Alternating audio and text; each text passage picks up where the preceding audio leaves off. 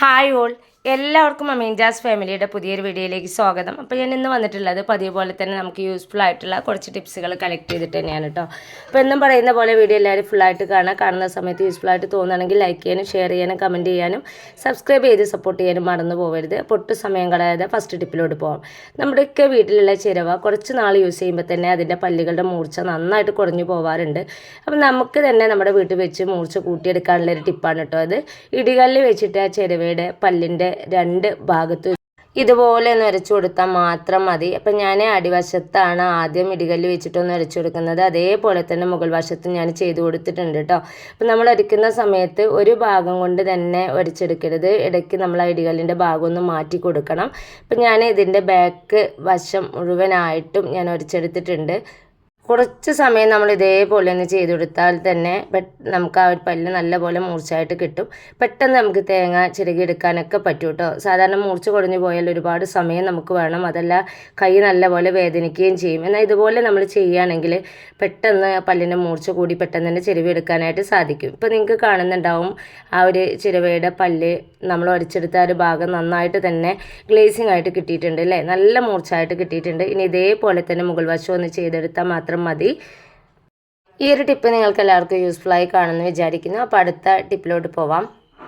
സവാള പറ്റ നൈസായിട്ട് കട്ട് ചെയ്യാൻ പറ്റുന്ന ഒരു സിമ്പിൾ ടിപ്പാണ് നെക്സ്റ്റ് ടിപ്പ്. സാധാരണയായിട്ട് നമ്മൾ സവാളയൊക്കെ കട്ട് ചെയ്യുന്ന സമയത്ത് നമ്മുടെ ചൂണ്ടുവിരലിൻ്റെ ഈ ഒരു ഭാഗത്ത് നന്നായിട്ട് മുറിവൊക്കെ വരാറുണ്ട്. എന്നാൽ കയ്യിൽ മുറിവാവാതെയും അതുപോലെ സ്ട്രെസ് ചെയ്യാതെയൊക്കെ പെട്ടെന്ന് നമുക്ക് സ്ലൈസാക്കി എടുക്കാൻ പറ്റുന്ന ഒരു ടിപ്പാണ്.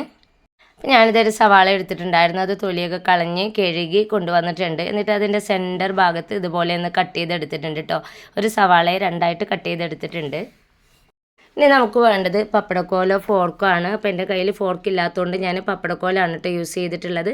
പിന്നെ നമുക്ക് ഇതുപോലെയുള്ളൊരു പീലറും കൂടി വേണം. അപ്പോൾ ഞാൻ പപ്പടക്കോല് ഇതാ സവാളയുടെ ഈ ഒരു ഭാഗത്ത് ഇതേപോലെ ഒന്ന് കുത്തി എടുത്തിട്ടുണ്ട്. എന്നിട്ട് ഇതുപോലെ പിടിച്ചതിന് ശേഷം പീലർ വെച്ചിട്ട് ഇതുപോലെ ഒന്ന് ചെയ്ത് കൊടുക്കുക.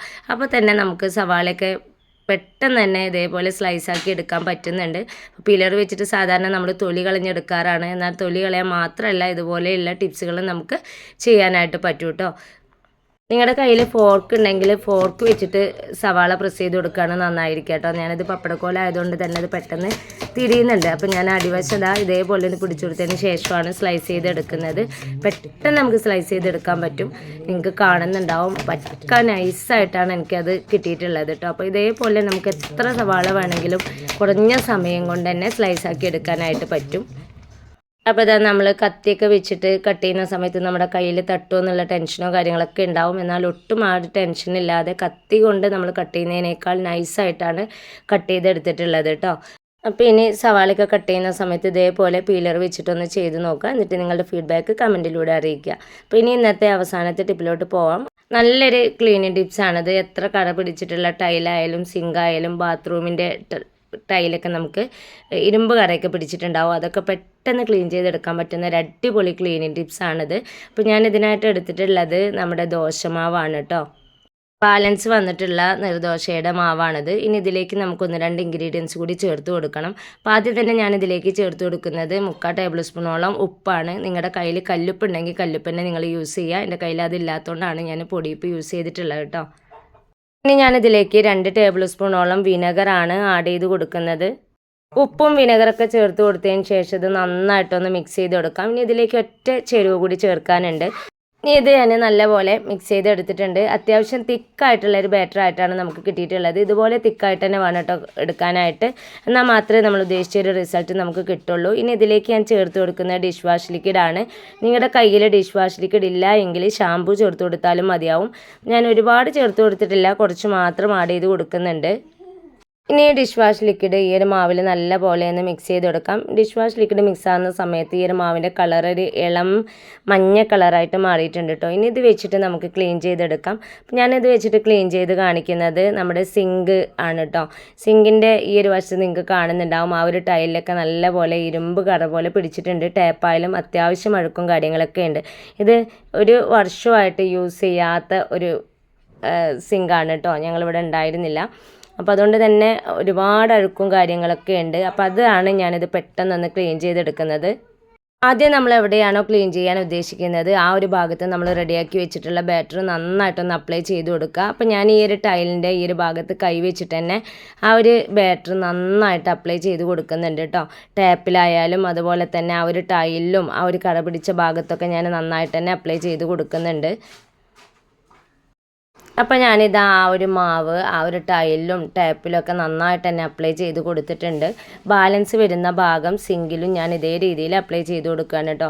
അപ്പോൾ എന്നെ അറിയുന്നവർക്കും എൻ്റെ വീഡിയോസ് കാണുന്നവർക്കും അറിയാം, ഞങ്ങളിവിടെ നിൽക്കലില്ല. വെക്കേഷൻ്റെ ടൈമിൽ മാത്രമാണ് ഇങ്ങോട്ട് വരാറുള്ളത്. ഇവിടെ ആങ്ങള മാത്രമാണ് നിൽക്കാറുള്ളത് കേട്ടോ. അപ്പോൾ വരുന്ന സമയത്ത് തന്നെ നമുക്ക് ക്ലീനിങ് എന്നൊക്കെ ഉള്ളത് വലിയൊരു ടാസ്ക് തന്നെയാണ്. അപ്പോൾ ഇതുപോലെയുള്ള ടിപ്സുകൾ ഉപയോഗിച്ചിട്ടാണ് ഞാൻ പലപ്പോഴും ക്ലീൻ ചെയ്തെടുക്കാറുള്ളത്. അപ്പോൾ നമുക്ക് ഒത്തിരി സ്ട്രെസ്സ് കുറവായിട്ട് കിട്ടും. ഇപ്പോൾ ഞാനിത് സിങ്കിൻ്റെ എല്ലാ ഭാഗത്തും ആ ഒരു മാവ് അപ്ലൈ ചെയ്ത് കൊടുത്തിട്ടുണ്ട്. ഇനി ഒരു 5 മിനിറ്റ് ഒന്ന് കഴിയട്ടെ കേട്ടോ. ആ മാവ് ആ ഒരു വെള്ളത്തിൻ്റെ അംശമൊക്കെ പോയിട്ട് നല്ലപോലെ ഒന്ന് ഡ്രൈ ആയി വരട്ടെ. അപ്പോൾ നമുക്ക് ജസ്റ്റ് ഒന്ന് വെള്ളം ആ ഒരു സ്ക്രബ്ബറിലാക്കി കൊടുത്തതിന് ശേഷം ഞാനിത് സ്ക്രബ്ബർ വെച്ചിട്ടൊന്ന് ഉരച്ചെടുക്കുന്നുണ്ട്. ഉരക്കുന്ന സമയത്ത് നിങ്ങൾക്ക് കാണുന്നുണ്ടാവും ടേപ്പിൻ്റെ അടിവശത്ത് നന്നായിട്ട് അഴുക്കും കറയൊക്കെ പിടിച്ചിട്ടുണ്ട് കേട്ടോ. അതൊക്കെ നിങ്ങൾക്ക് നീങ്ങി കിട്ടുന്നതായിട്ട് കാണുന്നുണ്ടാവും. ഒത്തിരി സ്ട്രെസ് ചെയ്തിട്ടൊന്നുമില്ല, ഞാൻ ജസ്റ്റ് സ്ക്രബ്ബർ വെച്ചിട്ടൊന്ന് ഉരച്ചെടുക്കുന്നത് മാത്രമേ ഉള്ളൂ കേട്ടോ. അപ്പം തന്നെ എനിക്ക് ആ ഒരു അഴുക്കൊക്കെ നല്ല പോലെ പോയി കിട്ടിയിട്ടുണ്ട്. ഇതുപോലെ നമ്മൾ ക്ലീൻ ചെയ്തെടുക്കുകയാണെങ്കിൽ കൈ ഒരച്ച് നമ്മുടെ കൈ വേദനിക്കുക അല്ലെങ്കിൽ ഒത്തിരി സ്ട്രെസ് ചെയ്തിട്ട് ഉരക്കേണ്ട ആവശ്യമൊന്നുമില്ല. ജസ്റ്റ് നമ്മൾ സ്ക്രബ്ബർ വെച്ചിട്ട് ഉരച്ചെടുക്കുന്ന സമയത്ത് തന്നെ എത്ര അഴുക്കുണ്ടെങ്കിലും കറയുണ്ടെങ്കിലും പെട്ടെന്ന് നമുക്ക് ക്ലീൻ ആയിട്ട് കിട്ടും കേട്ടോ. ഇപ്പോൾ ആ ഒരു ടാപ്പിൻ്റെ അടിവശത്ത് ഉണ്ടായിരുന്ന അഴുക്കൊക്കെ എനിക്ക് നല്ല പോലെ പോയി കിട്ടിയിട്ടുണ്ട്. ഇനി ഞാൻ ഉരച്ചെടുക്കുന്നത് ടാപ്പാണ്. ടാപ്പിൽ നിങ്ങൾക്ക് കാണുന്നുണ്ടാവും കറുപ്പ് കളറിൽ തന്നെ അഴുക്കുണ്ട്. അതും എനിക്ക് നല്ലപോലെ ഇപ്പോൾ നീങ്ങി കിട്ടുന്നുണ്ട്. ഇനി ഇതേപോലെ തന്നെ സിങ്കും ഒന്ന് ഉരച്ചെടുക്കണം. ടാപ്പൊക്കെ ഒന്ന് ക്ലീൻ ചെയ്തെടുത്തതിന് ശേഷം പിന്നെ ഞാൻ ഉരച്ചെടുക്കുന്നത് സിങ്കാണ് കേട്ടോ. സിങ്കിൻ്റെ സൈഡും അതുപോലെ തന്നെ സിങ്കിൻ്റെ ഉള്ളും പുറമൊക്കെ ഞാൻ ഇതുപോലെ ഉരച്ചെടുക്കുന്നുണ്ട്. ഇപ്പം ഞാനിത് അതിൻ്റെ എല്ലാ വശവും അടിച്ചെടുത്തിട്ടുണ്ട്. ഇനി അത് വെള്ളമൊഴിച്ച് കഴുകി കൊടുക്കാം. അപ്പോൾ അതാ ഞാൻ വെള്ളമൊഴിക്കുന്ന സമയത്ത് നിങ്ങൾക്ക് കാണുന്നുണ്ടാവും അഴുക്കൊക്കെ എനിക്ക് നല്ല പോലെ തന്നെ പോയി കിട്ടിയിട്ടുണ്ട്. ആ ഒരു ഭാഗത്തുണ്ടായിരുന്ന കറുപ്പ് കറയും ടാപ്പും ഒക്കെ നല്ല പോലെ എനിക്ക് നീറ്റായിട്ട് കിട്ടിയിട്ടുണ്ട് കേട്ടോ. പിന്നെ നീർദോശയുടെ മാവൊക്കെ ബാലൻസ് വരുന്ന സമയത്ത് ഇതുപോലെ നമ്മൾ ഒരു സൊല്യൂഷൻ റെഡിയാക്കി എടുക്കുകയാണെങ്കിൽ എത്ര അഴുക്ക് പിടിച്ചിട്ടുള്ള സിങ്ക് ആയിക്കോട്ടെ ടൈലായിക്കോട്ടെ കറ പിടിച്ച ടൈലും അതേപോലെ തന്നെ ടാപ്പൊക്കെ നല്ല പോലെ നമുക്ക് നീറ്റായിട്ട് കിട്ടും കേട്ടോ. ഇന്നത്തെ വീഡിയോ ഞാനിവിടെ വൈൻഡപ്പ് ചെയ്യുകയാണ്. ഇന്നത്തെ എല്ലാ ടിപ്സുകളും നിങ്ങൾക്ക് എല്ലാവർക്കും യൂസ്ഫുള്ളായി കാണുമെന്ന് വിചാരിക്കുന്നു. ഇത്രയും നേരം എൻ്റെ വീഡിയോസ് കണ്ട് സപ്പോർട്ട് ചെയ്ത എല്ലാ കൂട്ടുകാർക്കും ഹൃദയം നിറഞ്ഞ നന്ദി. ഇൻഷാ അല്ലാഹ് അടുത്തൊരു കിടിലൻ വീഡിയോസുമായിട്ട് വീണ്ടും വരാം. Thanks for watching.